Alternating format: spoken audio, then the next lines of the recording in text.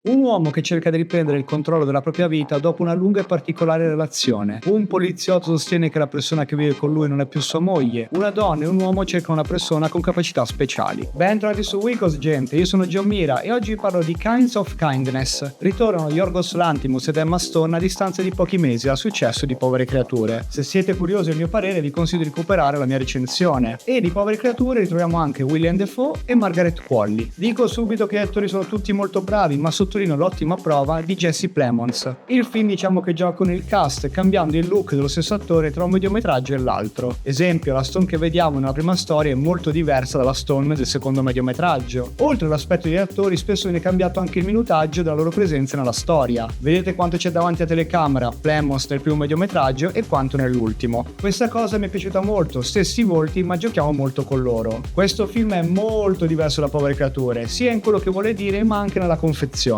La pellicola è particolare, è uno di quei film che va digerito con calma dopo la visione. Io ci ho riflettuto un po' dopo essere uscito dalla sala. Non voglio spoilerare assolutamente nulla delle storie che vengono narrate, ma se siete spettatori attenti, tutto quello che può sembrare strano all'inizio man mano avrà un suo perché. A volte vi chiederete, ma che cosa sta succedendo? Anzi, su alcuni fronti le vicende sono anche abbastanza esili, ma quello che ci viene costruito sopra e come viene mostrato man mano mantiene alta l'attenzione. Siate anche un po' pazienti, il film dura 2 ore e 44 minuti, ma essendo 3 storie il minutaggio non si sente molto. Il film parla di varie cose, le relazioni tossiche, il dubbio di conoscere davvero con chi convivi, il sacrificio in una relazione, cosa sei disposti a fare per tornare da una persona che si ama, segreti sessuali tra amici, l'accettazione in un gruppo, cosa sei disposti a fare per il bene di una causa, eccetera eccetera. In quanto a contenuti è un bel caldrone di roba e seppur le storie possono sembrare strane, quello che raccontano è estremamente reale. Sono argomenti che possiamo sentire tutte le settimane, ma qui vengono raccontate tramite metafore. E Lanthimos mentre narra queste storie vuole scuotere internamente lo spettatore. La fotografia, l'uso dei colori, i pochi momenti di camera e la colonna sonora che sia presente raramente, tutto è finalizzato a colpire lo stomaco di chi sta guardando. Non sto dicendo che è un film violento, ma il come ci vengono mostrate alcune cose proveremo forti emozioni e si passa dall'ansia di quello che vivono alcuni personaggi a momenti dove rideremo. La pellicola è interessante per quello che vuole raccontarci o anche solo ricordarci. Uno di quei casi dove il come si racconta una vicenda si sposa molto bene con la storia stessa che si narra, secondo me. Personalmente la storia più interessante la reputo la prima, forse è quella che mi ha colpito maggiormente per come è costruita, anche se il finale più bello non reputo quello dell'ultimo mediometraggio.